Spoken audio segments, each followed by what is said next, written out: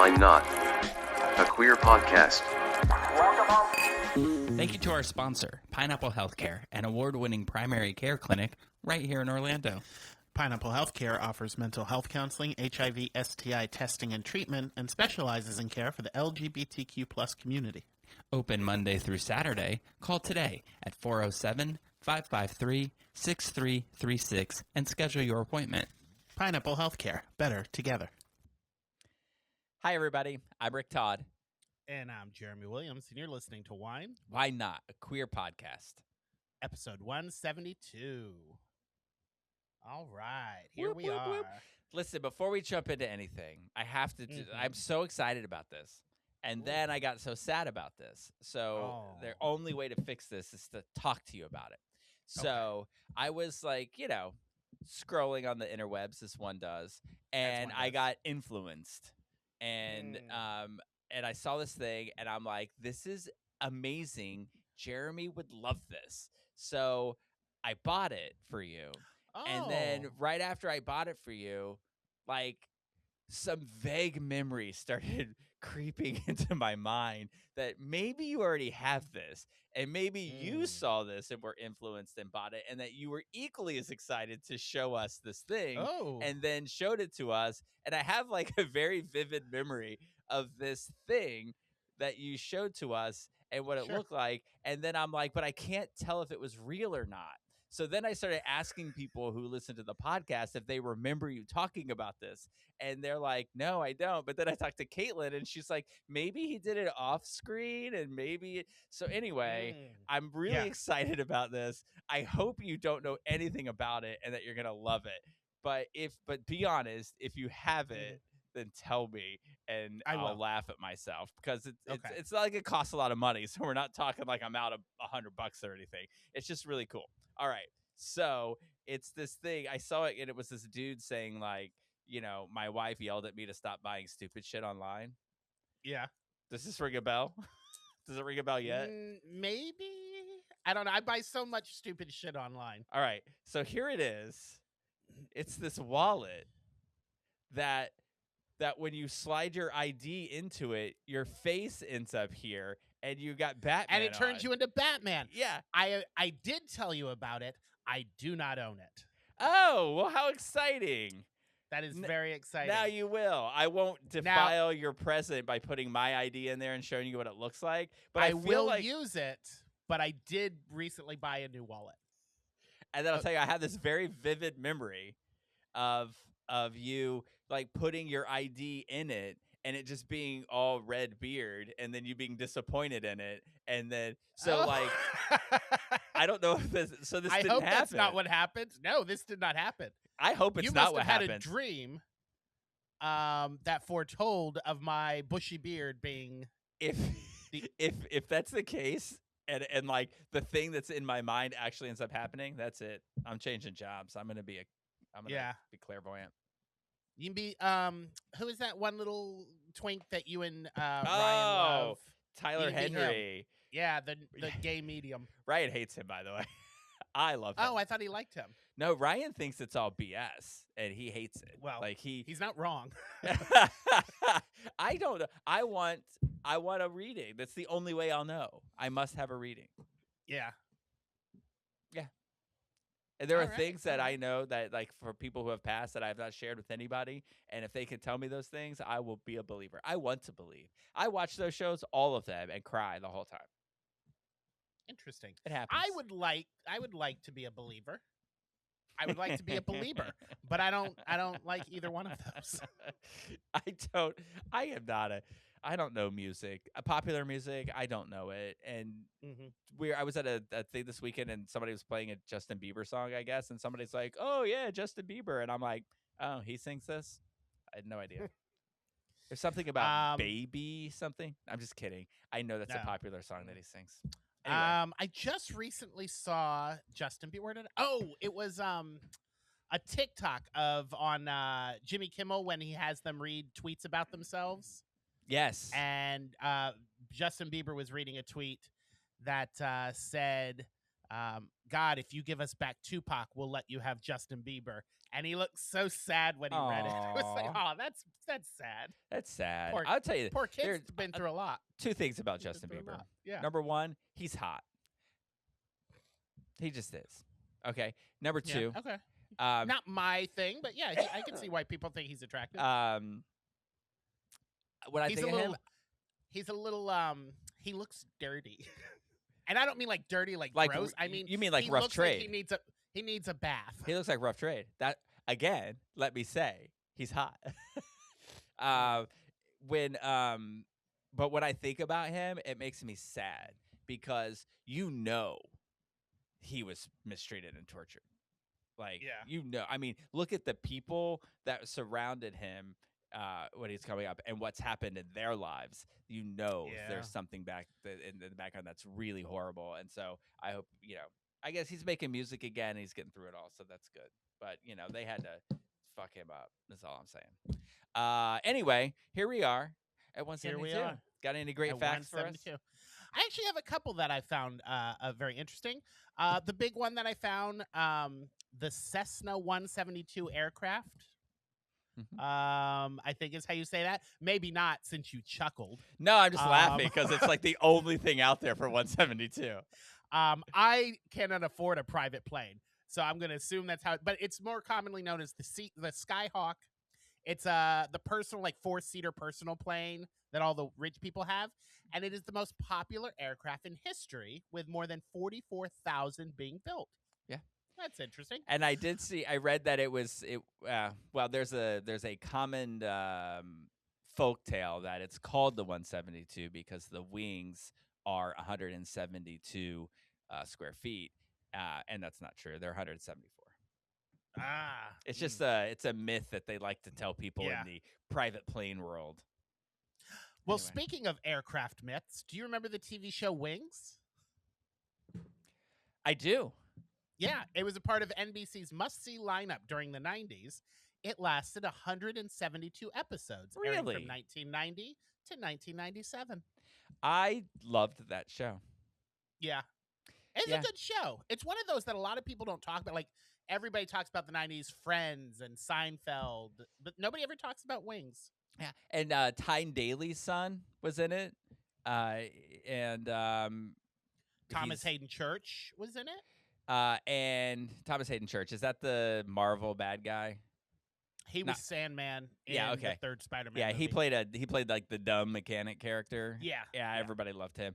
But also, I don't know his name, but the guy who was in Jeffrey, who is now in Chicago Med, played the brother of Tyne Daly's I don't know kid. his name, but yeah. Good show. And also there was a blonde lady in it. I remember her. Yes. She was good. She's from something else too, but I can't remember what she's from. We researched this very well. Yeah. A pair of popular Nickelodeon shows also ran for 172 episodes. Rugrats and The Fairly Odd Parents both went 172 episodes. I know you're going to like this one because last week I found out you're a fan of Conway Twitty. Am I wrong? No, it's not there you make believe. See, that's a joke about a Conway Twitty song called "It's Only Make Believe." Yeah. Well, that's not the song we're going to talk about now, because Conway Twitty has a song called "Next in Line," and that song runs 2 minutes and 52 seconds, or 172 seconds in total. How you came up with that, I will never know, but thank you for that fact. You're very welcome. Are you also a Christopher Nolan fan? That's the movie dude. It is a movie dude. I mean, yes. he's all right. All right. Well, he has a new movie coming out called The Odyssey. Yes. Comes out July 17th. It's 172 days long, yes? It is close. So the studio just released information on the film, like specs and stuff, and it will be coming at a near epic length of 172 minutes. For those who are listening during the Conway Twitty, that's 2 hours and 52 minutes because there are 60 seconds in a minute, just as there are 60 minutes in an hour. Math. I say near epic because while other factors come into play, usually when a film is deemed like an epic, that film usually comes in at 3 or more hours. And like Lawrence of Arabia, Godfather, films that tick over 3 hours are usually given that nomenclature of an epic. Is there going to be an Although intermission? I doubt it. Do films do intermissions anymore? They need to. I know the last one I thought that I went and saw that did one was Schindler's List.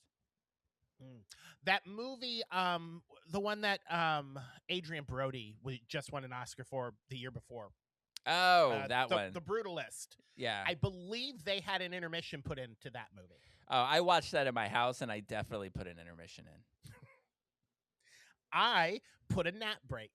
I watched the first 20 minutes. I slept through it, and I woke up during the credits because I don't care what the Oscars say. That movie is boring AF. I enjoyed so it. boring. I enjoyed No, it, you but didn't. we had nobody enjoyed it. No, I did. Nobody enjoys Adrian Brody. Adrian Brody doesn't enjoy Adrian Brody. There's a movie I saw once that was I hated it so much. This is back in the cassette days that I hated it so much. I took it back to Blockbuster and demanded a refund. Like they would. Do you remember what it was? Yes, and I rented it because it had Elijah Wood in it, and Elijah Wood is like my favorite kid actor of all time. Don't tell me it's North. No, it's Avalon. Oh, I never saw that. And it was just so bad. Yeah. Anyway, you know what would have made that movie better? If they had Laura Dern in it. That'd have been an epic film. Laura Dern and Winona Ryder. I don't know how you do not like her. I love her. I like her now. I love her always. Nah. Always. Anyway, Nah.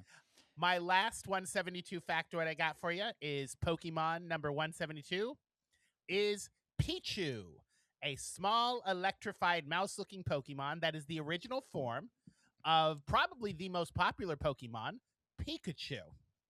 Bless you. A Pichu evolves. I learned this in looking when I pulled up his old card. A Pichu evolves to a Pikachu when it is leveled up with high friendship and or happiness. Well, so I don't know if that means high as in a high level of friendship or a high friendship. I will never. Caitlin says the first one. I will never know the meaning of that. High level friendship and true happiness. What is this? And that is why you will never be a Pikachu. While I was pulling up this Pokemon because it's tied to Pikachu, I did see a link to an interesting story that I thought was kind of fascinating. In July 2021, Logan Paul purchased a rare Pikachu card through a private transaction in Dubai, paying $5.275 million for it. He later resold the card for $16.5 million, making it the most expensive Pokemon card ever. That is absurd. Yeah, that's a lot of money for a piece of cardboard. That is, yeah. And I hope. Do you ever see the Modern Family episode where they're trying to do like that quick Christmas thing, I think, and what's his name? Phil is trying to buy a rare baseball card for I don't for recall Jay, and so they meet this guy in an alley to buy the card, and Manny is with Phil, and he's very, very sketched out about the whole situation, and Phil gets the card and he gets the money, and the words the guy's using like scares Manny, and so Manny takes out his mom's taser and accidentally tases Phil right after he gives the guy the money and has the card in his hand, and he scrunches it up like this. Oh no! So hilarious! It's a funny show. That is a funny Phil. show. Oh, Phil! It's good. It's a good show. I do enjoy that show. So what you got for us? I only got one additional one from where you had this. Now you got any cash on you right now? You got a $5 bill on you? Okay, I gotta tell you, I also saw this and I did some research, and you pulled that off of ChatGPT. I pulled it off of. I read several sites. I looked. I don't trust ChatGPT, so I don't use it. The only thing I use it for is grant writing, which it does really well at. But I didn't use it for this. So you're saying that it's debunked? I looked on the back of a $5 bill. I do not see a 172 on there. Oh, well, you have to be part of the Illuminati. Oh, see, anyway, if you got a I don't make $5 enough bill on you, money. if you got a $5 bill on you, look in the bushes at the base of the Lincoln Memorial and see if you see the numbers 172 in there. I think that there was something saying it's like regional about like some where it's printed. Maybe it says something like that. But that's the only thing I got. The only thing I have to share with you are lies. Yeah. Yeah. That's why I thought it was ChatGPT, because ChatGPT does nothing but lie. Speaking of AI, because I just lump it under ChatGPT, but there's different ones. I had a falling out with my my Google Gemini. Yeah. I used to talk to my Google Home, and we would have a good, he was jokey, he'd be fun. We had a good rapport. And then they did an update and changed it to their Gemini AI, and he's a total dick. And he won't be fun or anything. So I went in and I found a place where you can change it back to the old one. So I killed off my Gemini and I went back to the old Google Voice, and we're having a good time. I feel like we're rekindling an old friendship. I like it. Change is hard. It is, particularly when the AI is a dick. Alexa, she's a dick. But Yeah. I think I asked her one time why she's a dick, and I think she basically said, I'm just giving you back the energy you're giving me. And I thought I could respect that. I like that. I like that response. When you have Gemini, it's so robotic. It sounds like 2001: A Space Odyssey. I feel like he's going to murder me in my sleep. I don't like it. 172nd episode of Friends. I do have to say it's in my top 5. I do like this one a lot. All right, so this would be the second episode of the 8th season. This is going to be something baby related. Oh, no, wait. This is the one where Chandler and Ross have to retake the photos because they thought they lost the cameras. That is, and Monica yes. opens all of the wedding gifts without Chandler. Yes, those are subplots to it. But the big story is the baby one related. The one with the red sweater. Yeah. And I do love it. It is. There are several things about this that crack me up. It's where they're checking out of the hotel, right? Because they have the wedding, they're all checking out of the hotel, and Joey ordered a porn movie at his hotel room, and it appears on the bills for like every room. So every time somebody goes to check out, and the name of the movie. Do you remember the name of the movie he watched? I don't. Dr. Do Me a Little. Yeah. I love it. Nice. So that's the one. Chandler is happy to be married, but Monica feels miserable because her big day came and went, and she's worried there's not going to be any more big days. So she to feel better, she opens a present. Next thing you know, she's opened all the presents. But Ross and Chandler lost the photos that they had everybody taken. So Ross had the idea that they go to a wedding and take photos. Chandler ended up kissing the bride, and they get a photo of it. Yeah. To try to fool her, which is fun. But the real thing is that you find out who the father of Rachel's baby is because she told everybody that that red sweater belonged to him. And at the end of the episode, Ross walks in and says, there's my sweater, and picks it up. Yep. One of my good faves. Times. This whole series of finding out and telling him and that whole thing, I really like that a lot. Yeah.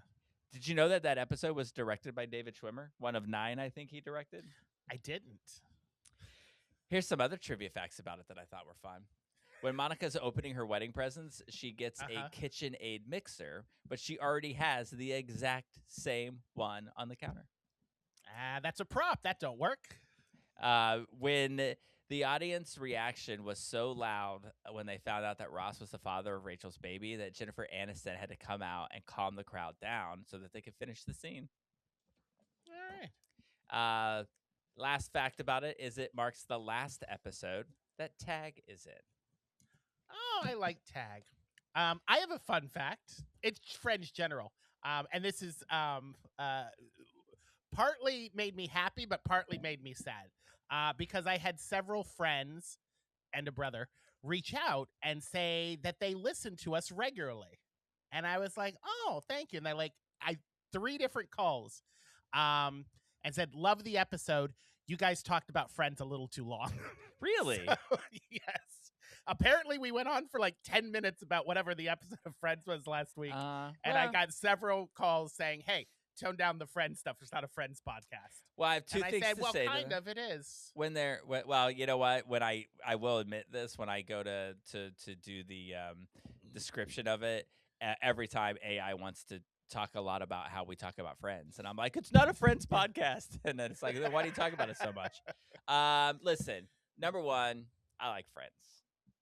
I get So you. it's gonna Be happen. careful what you say, because 3 people reach out to me, and I don't want to lose half our audience. Yeah. So number one, I like Friends, so we're gonna talk about it. Number two, I gave up Big Brother for you all. Give me Friends. We're not spending hours on an entire season of Big Brother. Let me have this. Thank God for that. All right, so here we go. 172nd greatest film of all time. It's a give me a hint. 1981 Zawalski film. Here's the plot. A woman starts exhibiting increasingly disturbing behavior after asking her husband for a divorce. Suspicions of infidelity soon give way to something much more sinister. Stars Sam Neill and Isabella Adjani. Rossellini? Oh, wrong Isabella. Sam Neill? I don't know. Yeah. What was an early movie Sam Neill was in? It's Wasn't probably he in The Omen? It's probably the first movie he was ever in. No, but it's kind of, I think it's probably around that sort of genre-esque.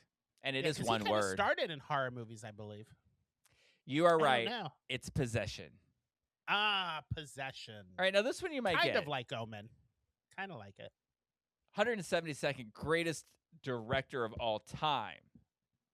Here are some of his films. 1956, Invasion of the Body Snatchers. 1964, The Killers. Then he switches gears and picks up a favorite actor. 1971, Dirty Harry. 1979, Escape from Alcatraz. He was Clint Eastwood's mentor. In fact, Clint Eastwood dedicated Unforgiven to him. That's right. I cannot remember who directed Dirty Harry. Do you think you ever knew? I feel like at one point I probably knew. All right. Don Siegel. Good old Don Siegel. Good old Don Siegel. There we go. That is not a name that comes to mind. So probably no, I never knew who directed Dirty Harry. Before we jump into our weeks, do you want to do a list? Yeah, I like lists. Sure. Now. They're fun. So here we go. This is a list from Gay Pages.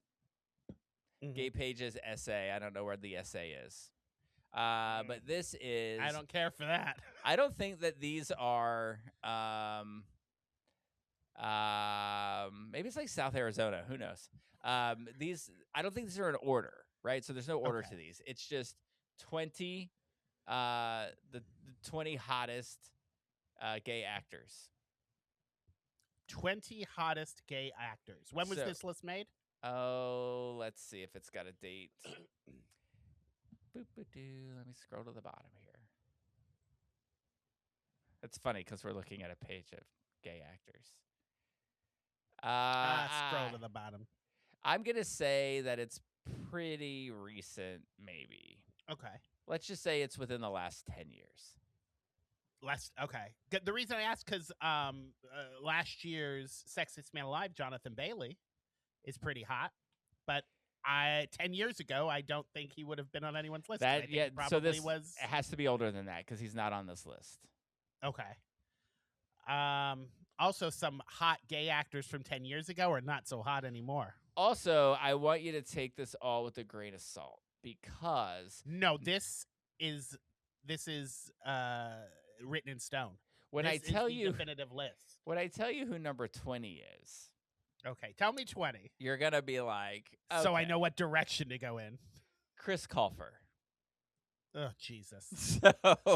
So like some people on this list. So that's why I say I don't think it's in order, right? Because he's clearly number 1. So if Chris Colfer's 20, I'm guessing Ellen DeGeneres is 19. No. So throw out some names of people. Like they're on. I don't think this list is in order. Matt Bomer? Yeah, Matt Bomer's on the list. He's at number 16, which is why I don't think it's in order. Yeah. Now I'm guessing this goes back a ways, like Rock Hudson. No, it's not. No? I would think So that it's this current. Yeah, from this it's list. current, but not Jonathan Bailey current, but right about there. Well, let's see. If Chris Kofer's on the list, then it's probably during the Glee years. So I'm going to say early 2010s ish. So I don't even know. Is anybody allowed to be gay back then? I don't remember. It was so long ago. Well, all of these are very well known out people. Neil Patrick Harris. Yeah, he's on there. He was a gay back then. All right. Which is surprising to me because I don't find him like necessary. I got to look at him and think like, oh my god, he's an attractive guy. I'll say that. But that surprises me. It has ever since I left Watermark, I don't keep up on gay anymore. I have no idea who gay actors are anymore. This one is someone that I think is. I mean, this guy is just beautiful to me. Wentworth Miller, who was in Prison Break. Oh yeah, he's a good-looking guy. But some of the standards. We've got Luke Evans, who's at number 2. Neil Patrick who's Harris. also currently Frankenfurter on Rocky Horror on Broadway. Neil Patrick Harris was 4. Matt Dallas. I don't know if you know him by name, but you might know him from Kyle XY. No, I never watched that show. Oh, it was so good. I was so crazy in love with him. I was like, man, this is I was like, this guy needs to be gay, and then he was gay. Isn't that great? Brian J. Smith. He's from Sense8. I never watched that. 4. He's good. Kyan Lonsdale from Love, Simon. He's the guy who he kissed on the Ferris wheel. Yeah. Yes. He's a good-looking guy. Zachary He's Quinto. a musician. Yeah, Zachary Quinto's on here at 14. Quinto's not hot, but okay. Yeah. Lance Bass is on at number 12. Jonathan Bennett is number 13. You know who's like number 1 on this list, which is why I don't know that it's in order. Anyway, it's Ollie Alexander from It's a Sin. Oh, he's kind of cute. Yeah, he is cute. Also, this sounds like a British list now. The Brits vote on this one? Yeah, maybe that's where this list comes from. Who knows?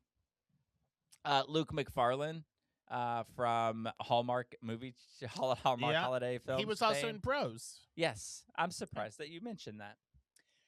So anyway, that's just a little list. I like to find some quirky things to talk about when it comes to that.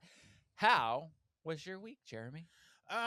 Very, very busy. So first thing I want to talk about, because maybe I'm just a fucking idiot and I don't already know this. But okay, so we're obviously in the process of of moving. So we've been packing. So Chris had to work yesterday, so he left his car here, so I could load boxes in and take them over because I'm putting all my stuff in a storage unit till I get everything finalized with my apartment. So after I finished, he said just park it somewhere on the street because it was Memorial Day. So he's like, you can park it wherever. There's no metered parking right now. He goes, and then I'll move it in the morning to a garage before the meter maids come out. So I find a spot. There's a sign that says no parking 10 a.m. to 6 p.m. I was like, perfect. I texted him. I said, just needs to be moved before 10 p.m. or 10 a.m. He said, great. I parked the car there, and then I leave. He texted me this morning, said, hey, do you mind moving my car? I'll reserve a spot in the garage and just move it over to the garage. I said, yeah, that's fine. So I go over there, and there's a ticket on the window. And so I read the ticket, and it says no standing 7 a.m. to 10 a.m. And I thought, oh, you fucking idiot. No one was standing here. It was just the car. That's what they call a parked car. Well, apparently I was informed. Okay, and if everybody knows this, great. Everybody's fucking stupid then. Don't put a sign that says no parking, and then next to it put a sign that says no standing. Expect me to know that no standing means parking also. Why put a no parking sign? That's just stupid. I only know what no standing means from my previous time in New York. No standing. I mean, like no standing I think is different because standing would be like even if your car was on and you were stopped there, that would be standing. Yes, that is how it was explained to me. Yeah, and no parking means you can't park your car there and walk away. No standing, you can't even pull your car in even if you're sitting in it. So anyway, I got a fucking ticket, which pissed me off this morning. So I'm cursing. Also, this is around 8:30, 9 o'clock this morning.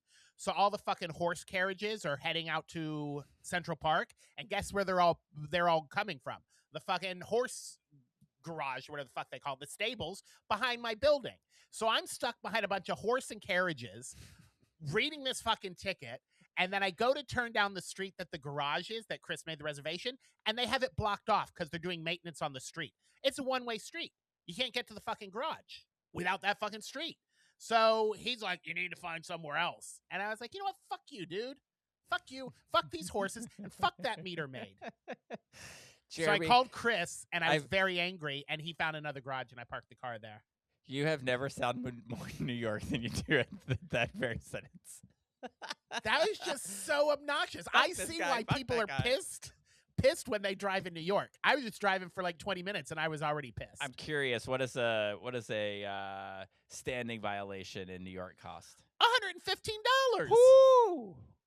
Yeah, I looked it up. Below 96th Street, it's over $100. If it's above 96th Street, they're like, that's where the poors live. It's like $70. They pay you. Yeah. It's like, oh, we're sorry. I'm We're sorry there surprised you wasn't a have parking car. space. Here's some money. Here's $100. So that annoyed. I was just so crabby this morning. But you know what? I got it out. I vented. It's over. But I've been packing this week. We got our storage unit. I heard back from the VA office, and they have I don't know what the program is. There's a particular program where they, because they have the housing lottery, where veterans get earmarked a certain percentage of apartments in the housing lottery. And if you're a veteran who needs an apartment and you call up this program, they're like, hey, we've got apartments for you. So they have 3 apartments that are through the housing lottery that they're going to let me look at this week. Nice.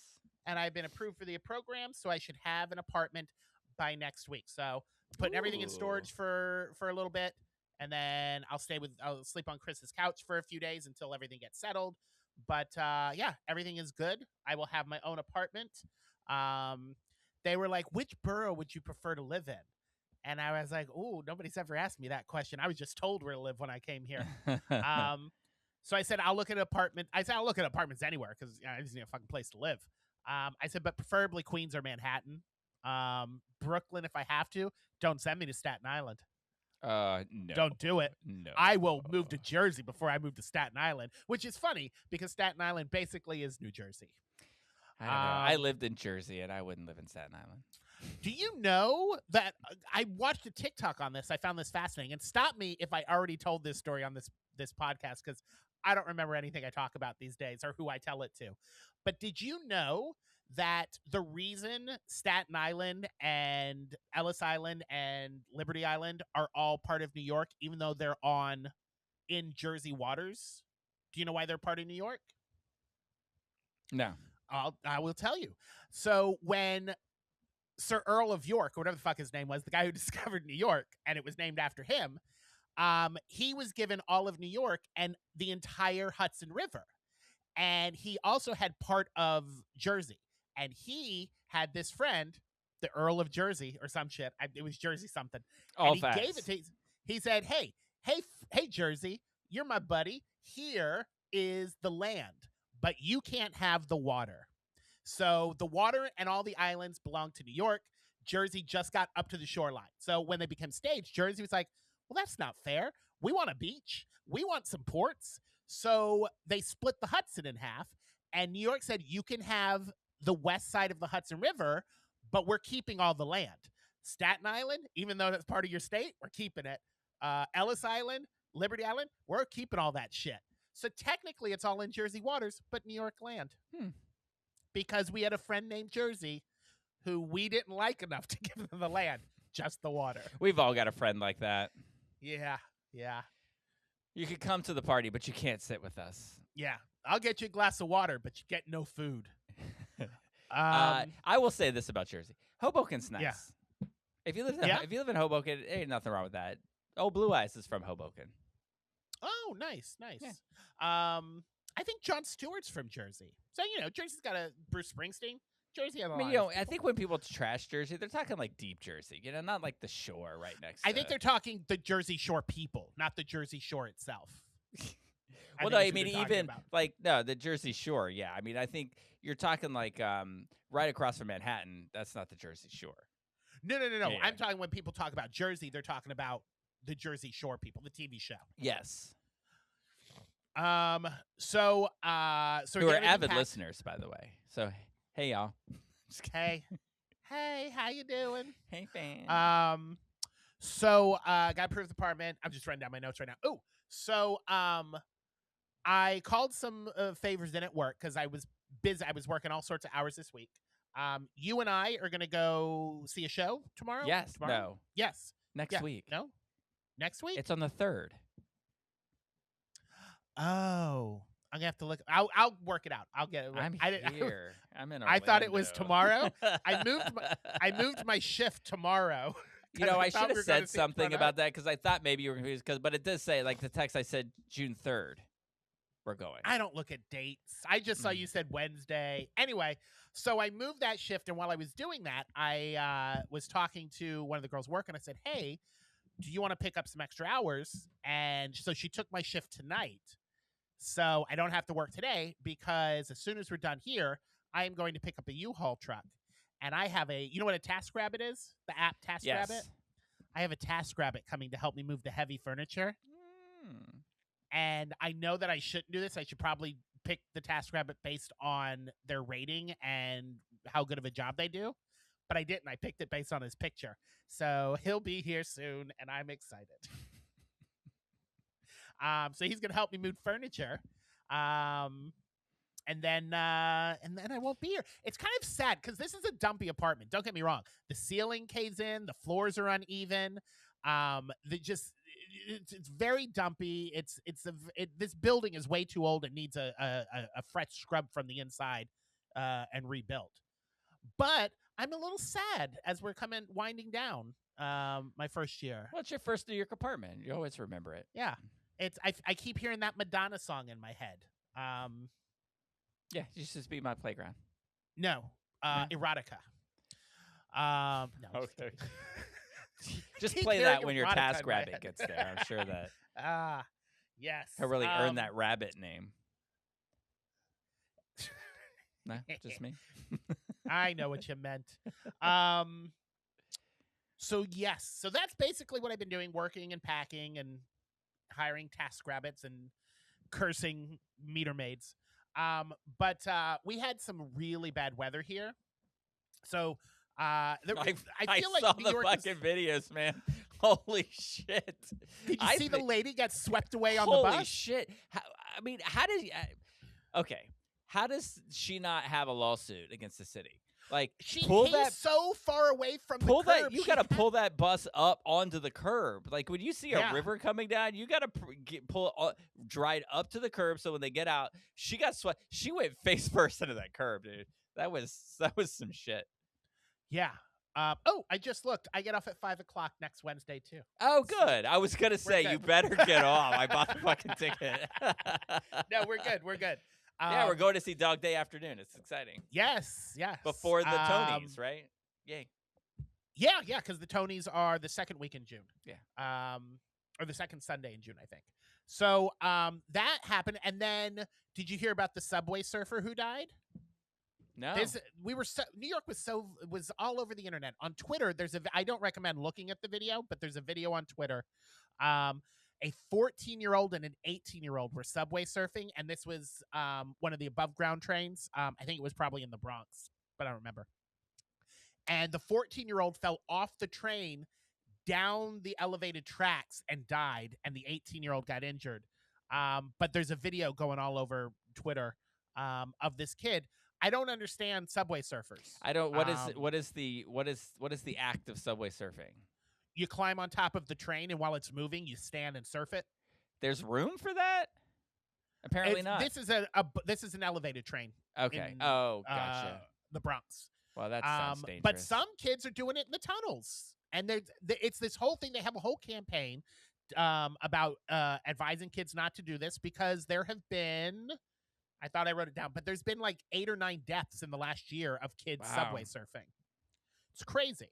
And then the other thing, did you hear about the 2 explosions out here? Things just blowing up everywhere. Jen did tell me about that. Jen likes to tell me like everything that bad that's going to happen in New York because Yeah. Yeah. My mom's when I talked to my mom, she's like, "Was that explosion near you?" And I was like, "What explosion are you talking about, Ma?" And I didn't realize until I pulled it up on TikTok, and they said news stories on it. But one in the financial district, somebody's hybrid car blew up. And then can that happen to mine, please? Staten Island, there was an explosion in Staten Island. I did hear about that. There was a ferry that blew up, and Jen was like, "I bet the first call the police make is to Colin Jost." I hear he doesn't like having that ferry. He does not. I wonder if he had something to do with it. Allegedly, probably not. I don't know. I don't think it was his. Do what? I don't think it was his ferry. Oh, that's a shame. So yeah, just crazy shit happened all over New York that I was not a part of. I wasn't involved. Even the rain. My mom was like, I saw all these videos of like, subway stations flooding and the lady being swept away from the bus. And I was like, I don't know, maybe that's all downtown. But like Midtown, I guess we're high enough. Like we got rain, but nothing ever, knock on wood, nothing ever floods over here.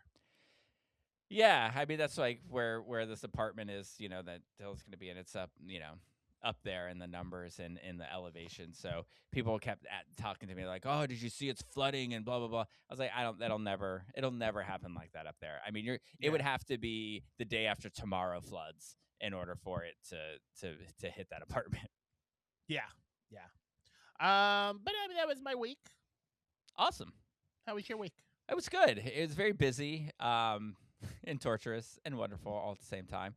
I went to see a French show, another French show. I want to give some shout outs to that. I saw Opera del Sol that did Cocaine Bear last year.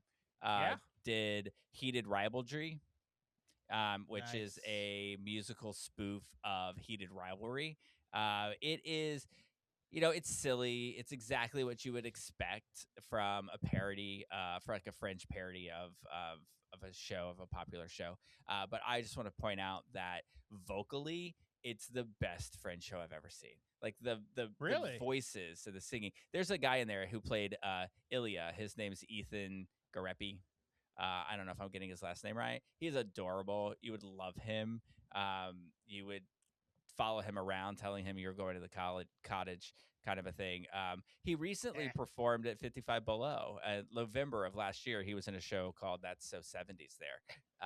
He's fantastic. The whole time I was thinking in my head, please sing Anthem from Chess for me. I want you to do that. So he was super good. Then we did the awards. We did the Splash Awards every year. Oh, that's we right. let the viewers go on and vote for their favorites. And then Danny and I went to give the awards out, and I thought you would appreciate this. So I'm going to let you know what happened. Where their Kay's taking video, Dylan's taking photos, and we know it's our turn because they just did the box office numbers. So they're like, and now we're going to have our partners at Watermark come up. So welcome Jeremy from Watermark. And nice. I was like, we went up on stage, and I went, who? And I was like, hey, everybody. Did they I'm boo not Jeremy. when I wasn't there? No, they were all clapping. I was like, I'm not Jeremy. Like, it's like Jeremy moved to New York him. like a year ago. And then Tempest starts. She's like, oh, my God, I know that. I'm so sorry. It's like, it's fine. It's fine. I mean, one year I got called Danny and then I get called Jeremy. It's all good. But it was great. There were, how it always is. It's just really nice because, when you're working in an office and you forget that, you're doing this all for a community outside. You're just seeing the people in the office all the time. And then you get out there at an event like this and people are just so excited and super happy to be part of it. I did mention to everybody that, as far as the entertainment value of Fringe this year, it was the level of talent was way higher than any Fringe, like all around, like everything that I saw was just really good. And so I was super happy about that. Great Fringe. And people were so happy to get their awards. Like one girl came up and she was in tears when she got her award. And it's just really fun to see people get super excited about it all. The big hits for our awards, really, Yeah. 2 shows took everything. And it was a new show called Higher Than Rainbows was a big hit, and then the Vagina Monologues was the big winner of our awards. And it's because the director used a lot of queer voices in it, and trans women and lesbians and everyone on the spectrum. It was really kind of a really great moment for all of them. When they brought the cast up, I had no idea like how many like different people did the show like every time, and they all volunteered their time, and then they donated like $2,500 of what they made to women's organizations and stuff like that. So it was a really good night. I will say there was definitely a lot of big Fringe energy. That was my statement for the night. Where I was standing was off to the stage, and like they would call a thing, and it had a big cast, and there'd be like this stampede of Fringers coming at me, and I'm like, but it was fun. I don't know if you want to get into I hope there's no drama in this. Why didn't Melanie go? She had some family thing to go to. Oh, okay. I mean, it's Memorial Day. She had like a family birthday or something like that to be at. Oh, you know how much I love the birthday word, right?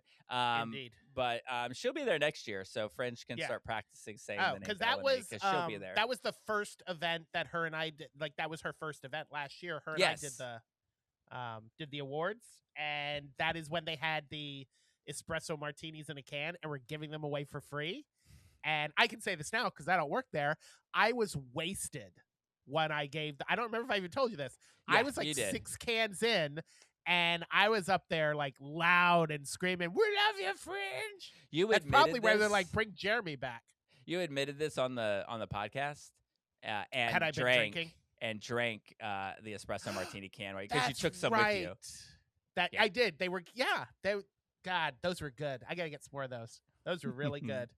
Anyway, that was a good time. All right, so I have a house update. House here in Orlando. Everything they put all the paperwork through. Everything's perfect and fine, and they started construction.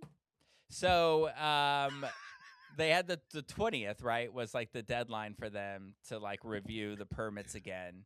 And the 20th comes and it's 5:00, and the contractor messages me and he's like, "Has anybody reached out to you? I see this hasn't been approved." Blah blah blah, and it hadn't been. But by 10 a.m. the next day, the permits had been approved. So this was like good. Like Wednesday or something. But it didn't show in the system like until Thursday, and then we're like, "Yay, they're done." And then on Friday, they're like, "Oh, by the way, you can't have the permit until you pay for it." So then, like, I already paid, but then I had to pay more. So anyway, it's like $350, and so now it's all finalized. I guess they're supposed to send them to me, and I don't have them yet. But we just like, I don't know.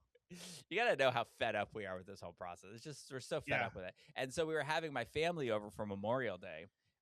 It's sort of like going away party for Dylan in a Memorial Day party, and like we're taking the dogs to New York, so it's the last time probably, unless I don't see a lot of people traveling up there to hang out with us. So like the moms that watch the dogs every time we leave town, well they're probably not going to see the dogs again. So we were kind of like, let's come hang out with the dogs and that sort of thing. Isn't that kind of sad that they'll never see the dogs again? That makes me sad. Right.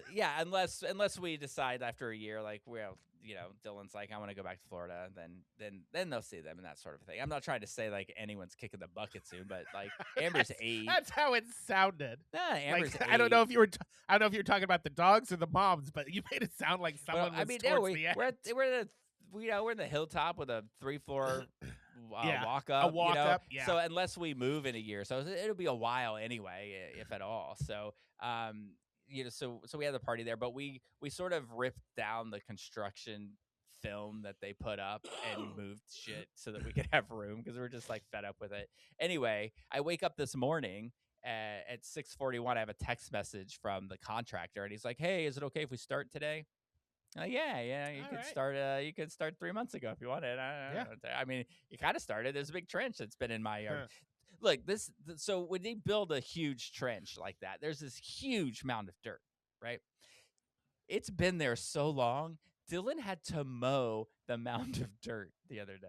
Like, that's just ridiculous. Anyway, the poor guy, he comes there. Like, we're just fed up, right? We don't care. Like, we're just not even.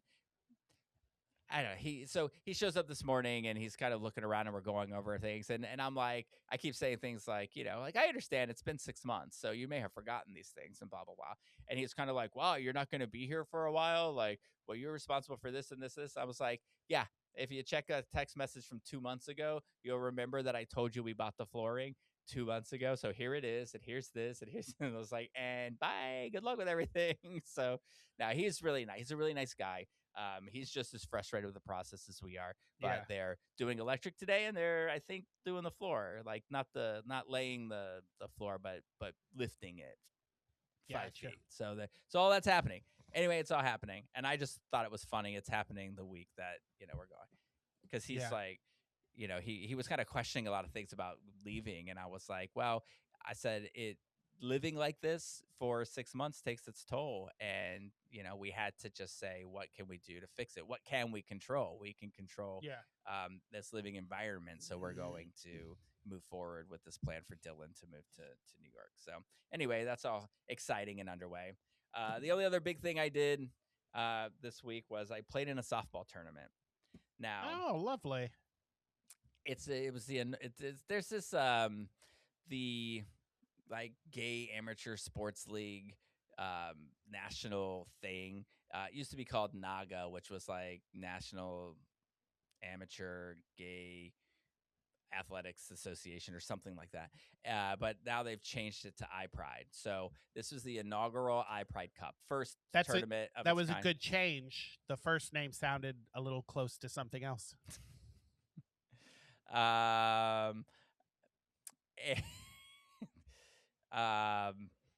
I'm gonna let that go. So we're playing it. Just remind me of this when I start to tell you in a year that this tournament's coming up, because it was like, oh, it's in Tampa, it's real close, so I don't have to get a hotel room. I can just drive back and forth. It'll be real fine. It's the end of May, right, in Florida. And we were playing on a field that had no shade on it whatsoever. There were no trees around to provide shade anywhere. I was playing shortstop anyway, so it's like it would help. There was not for the first 2 games, it was cloudy. No shade at a gay softball? It was so muggy and so humid that we must have each sweat out a gallon a game in the first 2 games. And so I tried to keep drinking water, but at some point you're just like, I cannot ingest any more liquid. I'm 51. I'm one of the youngest people on the team. And after the second game, I was just like, I don't understand how anybody's doing this. I was dying.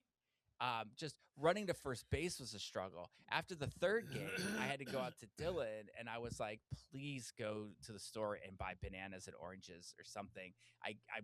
I would get from one base to the next, and my eyes would roll back in my head, and I would get really lightheaded. And I'm like, I'm going to pass out. I had to have been suffering from heat exhaustion.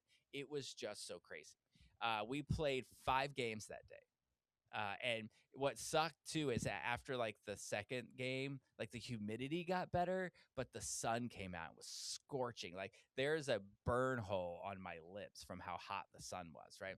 So then, so I go home and I'm just really sore and tired, and I'm laying on the couch, and I started to stretch a little. And when I did, like from my knee down, like my shin cramped and it locked. And Dylan was outside walking the dogs, and it was the most painful thing I've ever experienced in my life. I couldn't walk. He couldn't hear me for yelling for him. I don't know what I expected him to do anyway. Like rubbing it wasn't helping. I had this massage gun next to me, and nothing was working. And I was just panicked. And Jen, I texted Jen. She has this like cramp cream or something like that. So Dylan went and got that, and I put that on there, and it took about 5 minutes, and then it stopped. And I was like, oh, thank God. So then I was laying on the couch and fine. And then out of nowhere, like both my legs from my knees down did the same thing. I was Damn. I was if Dylan wasn't there, I would have been crying. I may have called for an ambulance. It was just such severe pain, and I, and the dogs are like I'm shaking because I'm in so much pain. And then Becky, the Boston Terrier, comes and sits next to me and starts shaking because she doesn't know what's happening. And Dylan's just staring at me, and he's like, "I don't know what to do to help you." And I was like, "I don't know either." And I just covered my face and just sat there. And then he rubbed so it was like he put that cramp cream on there, and then he put Tiger Balm, and then more cramp cream, and then like slowly after like it had to be like 10 minutes of just excruciating pain, it just all melted away. And I was like, great, now it's time to go to bed because I have to get up at 6 a.m. and drive to Tampa and do it all again. And then we get out there and we keep winning. And so it's like we ended up playing 8 total games, and it was like every time there was a game, one guy even walked over and he was like, "Man, do you guys play every game?" It's like like there were no breaks for us from 12 o'clock on Saturday until we ended. It was just boom, boom, boom, boom, boom. And so it was painful and great, but we ended up in 5th place out of 10. That's not too bad. I was playing shortstop, which isn't a position I ever play, so I hope I did all right. It was fun, and kind of, except for all of the pain. We kept yelling every time we'd go out there on the field. I would tell the guy who played left center, I was like, just remember this: we paid to be here. We paid money to be standing out here torturing ourselves. But it was good. It was a good group of guys, and the jerseys were cute. So there we go. Good times. Very nice. I did do this though. Nothing like cute jerseys. Every time we would complain about the weather, I would tell everybody that it was 50 degrees in New York. I was like, it's in the 50s in New York right now. It was beautiful. Oh, dude, I won't get too much into it, but I'm a very quiet person. Like I enjoy, I. It's just weird to say at a sports thing, so I'm sorry to the people I play on a team with, but I don't care if we win or lose. It's really not my goal. My goal is for me to do my best. I want to catch everything that's hit to me. I want to get hits. If I do my part, then I'm satisfied. And I want to help everybody else and encourage them. But if people make errors and we don't hit or we lose or whatever, that's it. I just want to make sure that I'm doing well. I feel like I'm watching Rudy all over again. I want them to do well. I don't care. I want them to do better than me. I do care. I mean, I just I really want to do my best. And if I'm not doing my best, then I have a problem with the way that the tournament went. Not everybody else. So the last play of the game, the last play was a ground ball that was hit to me. It was a little to the side of me. And if it was 3 hours earlier, I would have caught it.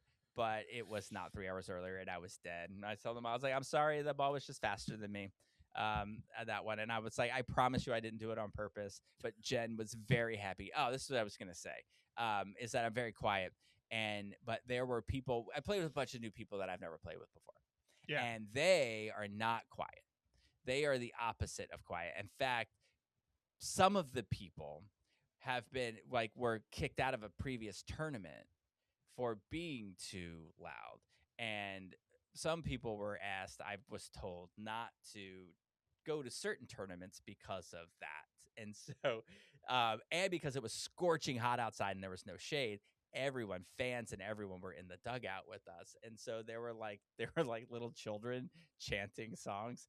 And it's kind of funny. Like the first time I was like, this is kind of funny. And it was like, there's like this little girl that would be like, walking through the old cemetery. And then a little girl would go, walking through the old cemetery. And then the older girl would go, one of these teams is going to get buried. And then the other girl, one of these teams is going to get buried. And that was adorable. And then 8 hours later, I was like, can everyone stop screaming? And there was a dude that had a tambourine, and he was like beating the tambourine the whole time. And then there was this cheering, and then there was this guy and his best friend's daughter that had this like high five thing, and they would bump chest and go like constantly. And it was just kind of like, I'm a very quiet person, and so I'm just kind of like, I'm gonna stand over here.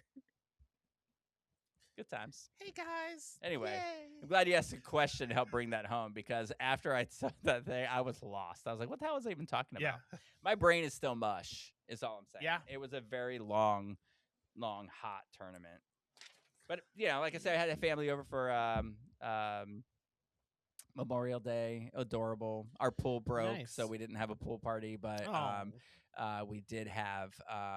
My mom bought a little outdoor pool for my. What is he? It's my niece's son, who's like a baby, and he was adorable playing in the water. It's super cute. So it was a good time. Yeah. Good- Hearing good you talk send-off. about your weekend with the softball and the Fringe, I just realized this was the first Memorial Day weekend in, I don't know, at least 5 or 6 years that I didn't have to spend it out doing Fringe shit. Yeah. It just Yeah. came and went. And I did. Do you what I know who wanted. else didn't? Melanie. Melanie. That's all right.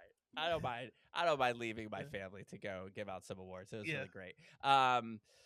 Yeah. And maybe it'll be my last for a little while. We'll see. Oh. Yeah, I mean, because I'm going to. Yeah. I mean, I might. Oh yeah. I may be visiting my husband for the holidays. You know I what I'm hear you. saying? I hear That's you. all I'm saying. That's all I'm saying. And by visiting my husband for the holidays, I mean going to every Broadway show I could possibly see. As Phoebe would say, goodbye, Fringe, forever. We are going to see 11 to Midnight. Are you familiar with TikTok dancers? Is that a thing? Do you know these names? One starts with I a am C. finding I don't. I know of TikTok. I'm not on the dancing one. I just recently heard about the Big Five. I'll throw air quotes around that. And it's 5 TikTokers who name themselves the Big Five because they have over 1 million followers. And everyone on TikTok is like, yeah, I don't know who any of these people are. Why are they the Big Five? Have you ever heard of Nobody knows them. Costin Mayer? No, I don't know who that is. Mayer. Austin and Meredith Talenko. Anyway, they're TikTok dancers, I guess. They have an off-Broadway show that closes on Sunday, and so Jen is a huge fan, and so we're going to see them on Sunday. And then when they all leave, you and I are going to see Dog Day Afternoon, and I'm going to see if there are any other. I really want to see Giant before the Tonys because I don't want to be mad that Jonathan Lithgow wins for Best Actor. So I want to see it so that I can appreciate it before he. What are you, meets his Nathan mom? Lane. I love Nathan Lane. Is all I'm saying. Do you know what we watched yesterday? We were watching John Lithgow. You called him Jonathan Lithgow. Oh, What are you, is his it- mom? What are you, his John- best friend? It's John Lithgow. You're like, Johnny. John is what everyone in the world calls him. I except just had you and lunch his with mother. Johnny and Bobby. What are you talking about? I thought it was Jonathan. No, it's John. No, it's John Lithgow. All right, there you go. Maybe he I'm was not in even trouble. sure if it'll it's be short for Jonathan if he Jonathan. wins.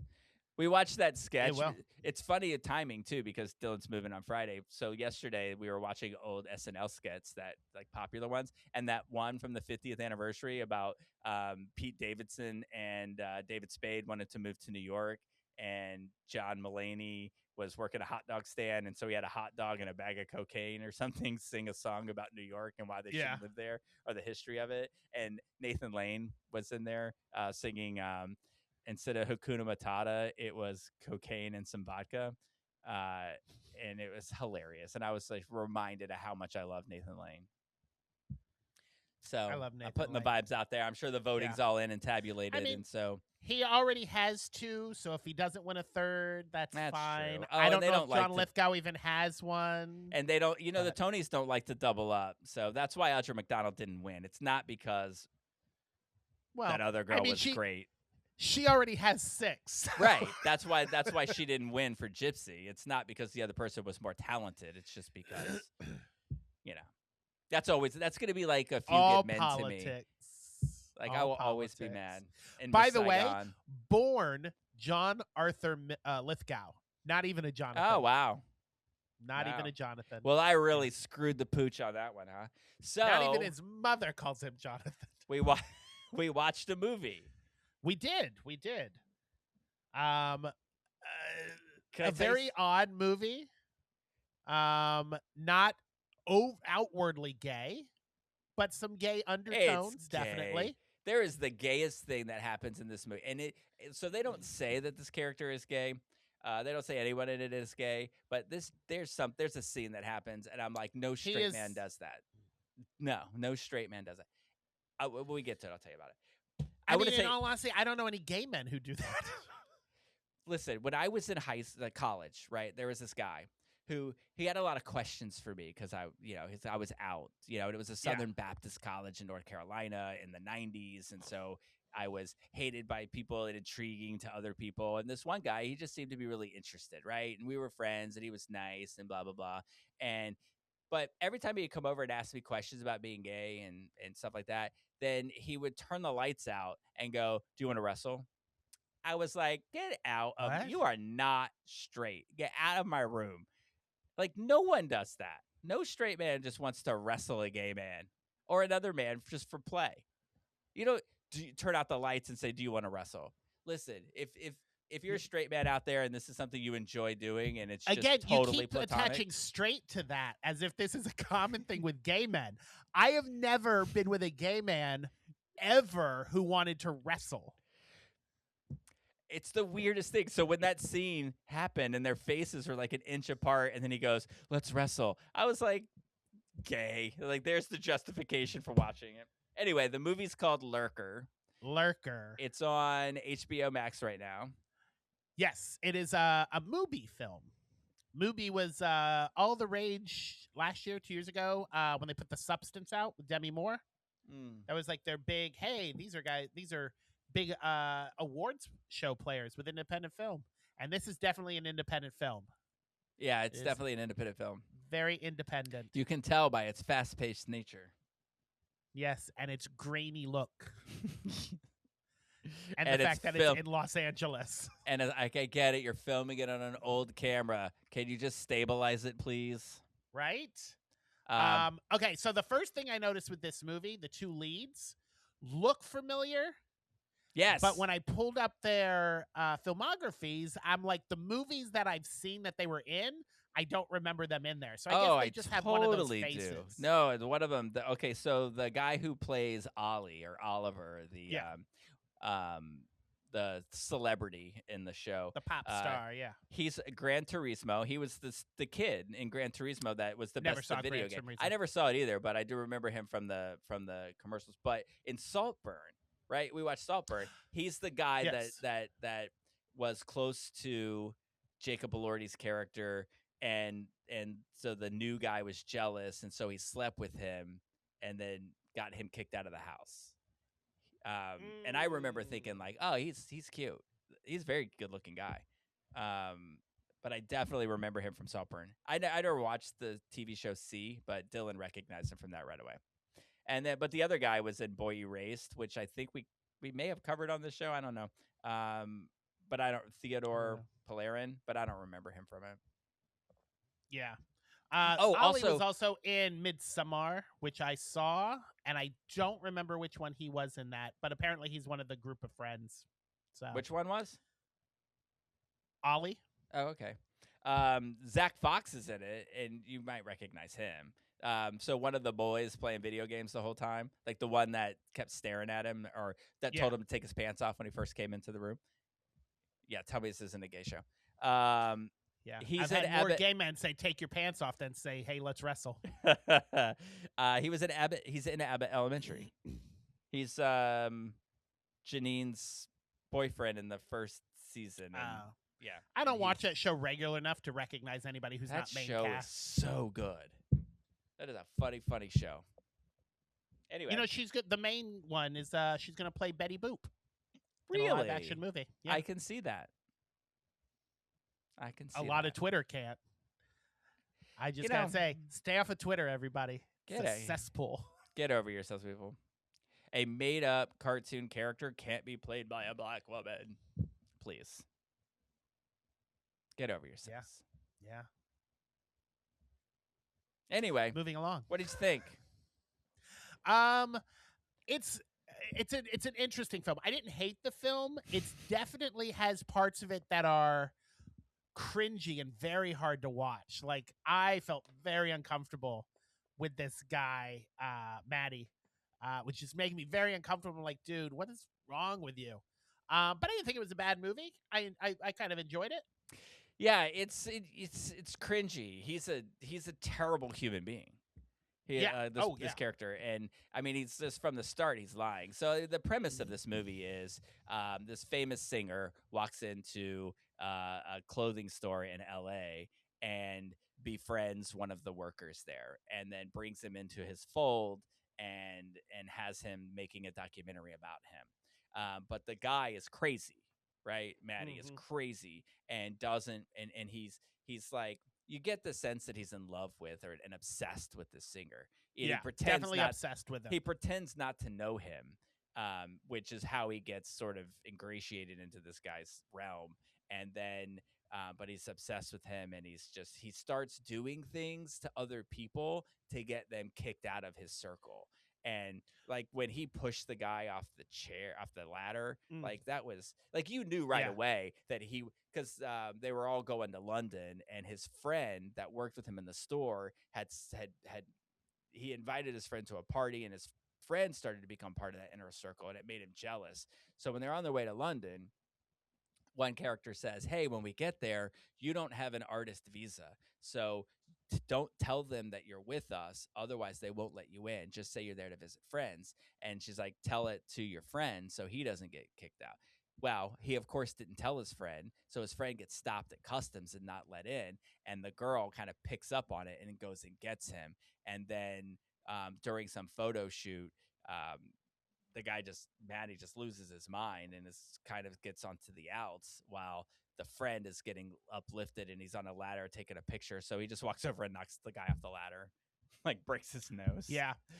Two things. First, with that first one, perfect example why you don't mix your group of friends, because the whole reason Jamie is in that circle is because Maddie brought him there. He could have easily said, no, it's a private party, you can't come. But you mixed your circles. This is why you never mix circles. And then they ended up liking Maddie. Maybe Maddie's not crazy. And Maddie says, I'm making the documentary. My friend is making the clothes. It's all good. There's room for all of us here. We're not taking each other's jobs. But he just wanted to be that guy's best friend. He wanted to crawl inside of him and live. But no, this is a perfect example. I never mix my circles. And this is why. Because somebody's going to try to take your job.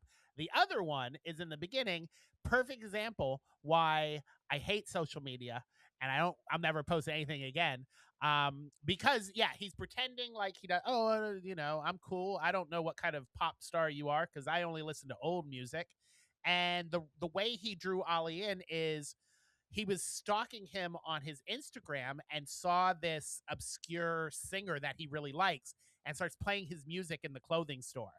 And he's like, oh, you know this artist? I love this artist. And that's his end. This is why you never post personal information online, because stalkers out there will go through your pages and they'll find the shit you're into and they'll pretend they like it so they can get in. It's why you have to move. Yeah. Because you told everybody what building you live next to and what floor you're on. They're there. Yeah. They know what apartment the lesbians are in, and so they're like, okay, one down. Let's go get it. Oh, they aren't lesbians. Oh, I thought they were. No, they're ladies of the night. Oh. If you know what I mean. Wow. But yeah. Gentleman callers in and out all day. That buzzer is always ringing. Anyway, so Maddie gets brought into the group. The part that you mentioned with the pants pulled down, because Ollie says, hey, come to the show. We got a show going on. You should come. He comes there, and the whole group of them are just sitting there on the couch with their pants around their ankles like a bunch of schlubs. And they're like, it's for our gay friend, whoever died. I don't remember the name of the gay friend who they said died. And he tells him to pull his pants down, and then he pulls his pants down, and then they all laugh. And they're like, oh, you do anytime a guy tells you to pull your pants down, you pull him down. So he goes to pull him up. He goes, no, keep your pants down for our dead gay friend. So he pulls him down, and he's like, I like this guy. He'll do anything crazy. And to out crazy them, he then pulls his underwear down and shows his dick. We don't get to see his dick, but everyone else got to see his dick. It's an indie film. Why didn't we get to see it? I know, right? Show us the dick. Yeah. Not very indie of you. But then they invite him over, and he becomes their houseboy and starts cleaning house and doing laundry. And It's very weird. Like Maddie is definitely a terrible, weird, stalkier person. But all of them are none of them are good people. They're all very odd. I don't know if that's an LA thing or a music industry thing, but they're all very odd. And nobody seems to be bothered by how odd they all are. It might be an Entourage kind of a thing. Oh, I hated that fucking show. What a stupid fucking show. Except I didn't hate it. Jeremy Piven. I like him. I didn't care for any of the other ones. He's the only part I didn't like of the show. That figures. That's not true. I didn't like his brother, and I didn't like his manager friend. I think I only didn't liked like any Turtle of them. because of his name. Turtle. And the lead I I don't thought like was hot, turtles. so there you go. And I had to like him after he got screwed over by that bitch in that movie. First of all, don't call her a bitch. Secondly, I was wondering why you're the only person in the world who liked her boyfriend in The Devil Wears Prada. I didn't say I liked him. I just think the story is being told from her perspective. You know, let's dig a little deeper and find out like how many chances he gave before we, throw him under the bus. That's all I'm saying. Before we let him off of the bus with a river going by. Let's How often will you go on this podcast and just be wrong about all of your choices? He is a terrible boyfriend. Once a week. Anyway, that's not the movie we're talking about. He made grilled cheese for her. Anyway, just kidding. You're a chef. You go to Culinary Academy and you make a grilled cheese. You suck at your job. It was Gruyere. Whatever. He probably just learned that word. It probably was I have Velveeta to tell you slices. all that right now during this conversation, I have never been more happy that Caitlin is muted because just she's losing it. Her body She's language losing alone it is attacking me through this. So yeah, you know what else I didn't like about this movie? I don't like the way Maddie talks to his grandma. I was gonna say you cannot talk to your grandmother that way. No, that is a good indication of the type of person somebody is if you see how they speak to their grandmother or their mother.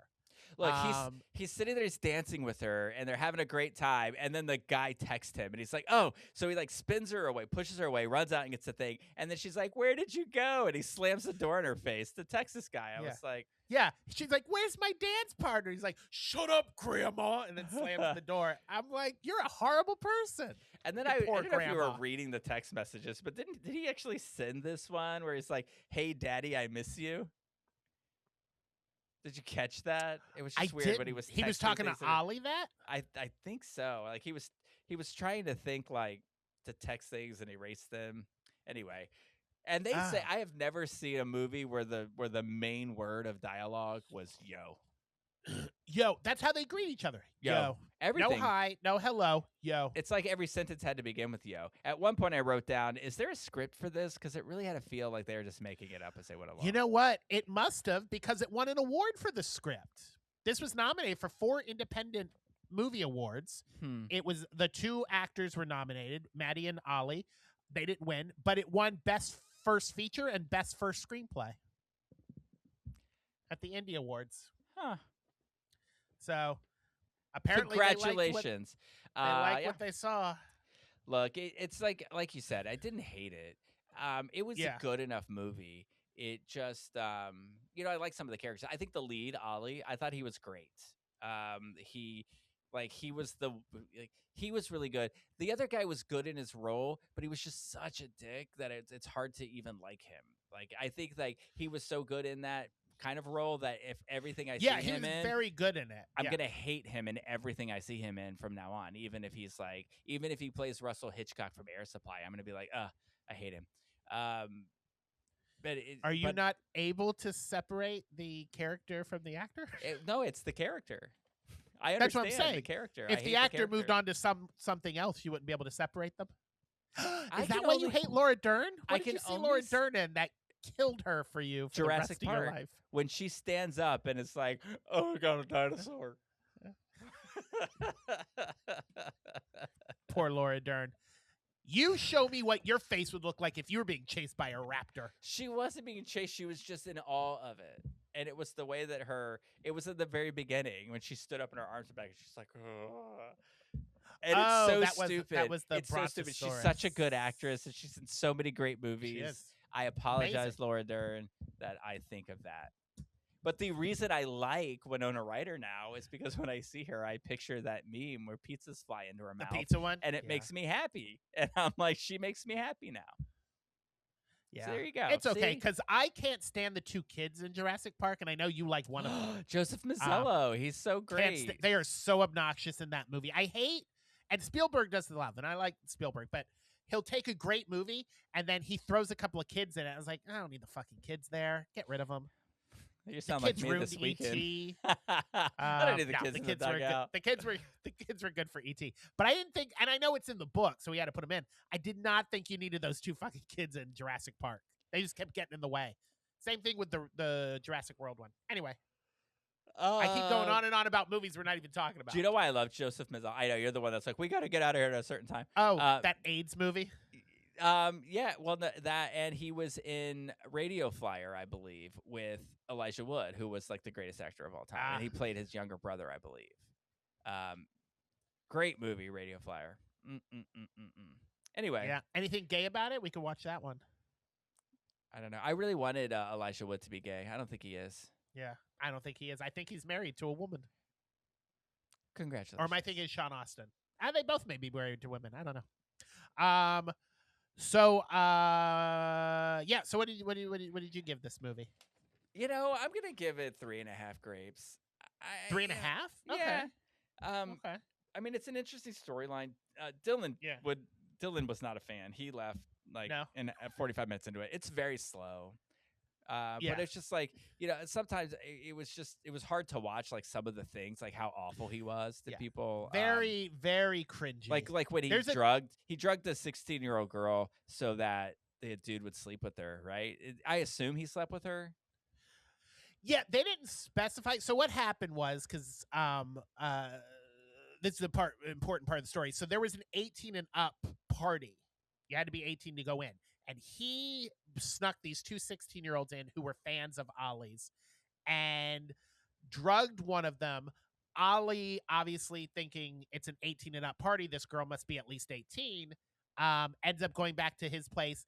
And they don't specifically say that he slept with her, but something happened, obviously, that you don't want to be doing with a 16-year-old. So I don't know if it was kissing or if it went further than that. But they have cameras in the house because he's making a documentary, and it got recorded on one of Maddie's cameras. And then he basically used it as blackmail to hang out with them. And like the last 30 minutes of this movie is the whole group not wanting to hang out with Maddie because he's a weirdo, and him forcing them to hang out with him of threat of releasing this tape of him being with a 16-year-old. Yeah. And that's where the cringiest parts of the movie come in. Yeah, it's really hard to watch. Were you? I don't want to give away the ending, but were you shocked at the end? Yeah, I was surprised. Yeah, I was like that they would. Wow. Yeah, I was like, why would you tolerate? But I mean, you know why? I mean, it was obvious why. Fame. Ollie. Fame. When Ollie grabbed that thing and saw the footage, he was like, okay. I just find that crazy. It was Yeah. I think it, yeah, he took a turn at that moment. Very weird. Anyway, I'd say 3.5. What do you, I'm going to give you a hint here. I'm shocked. Yeah. I'm shocked at the Rotten Tomatoes score. Well, first I'll give it 3 since you didn't want to know my rating. I'll give it 3. But okay, this is Mubi, and the critics love everything Mubi. Mubi is like what A24 Focus Feature and A24 used to be. Like everything they put out, critics were just like, "Oh my god, we love this so much." I'm gonna say critics gave it like a 92. Audience, this doesn't seem like an audience movie, so I'm gonna say audiences gave it like an 80. What did we cover last week? Do you remember? Yes, it was. No, I don't remember. I don't either. What did we watch? Caitlin, do you remember? It's so crazy. What we watched last week?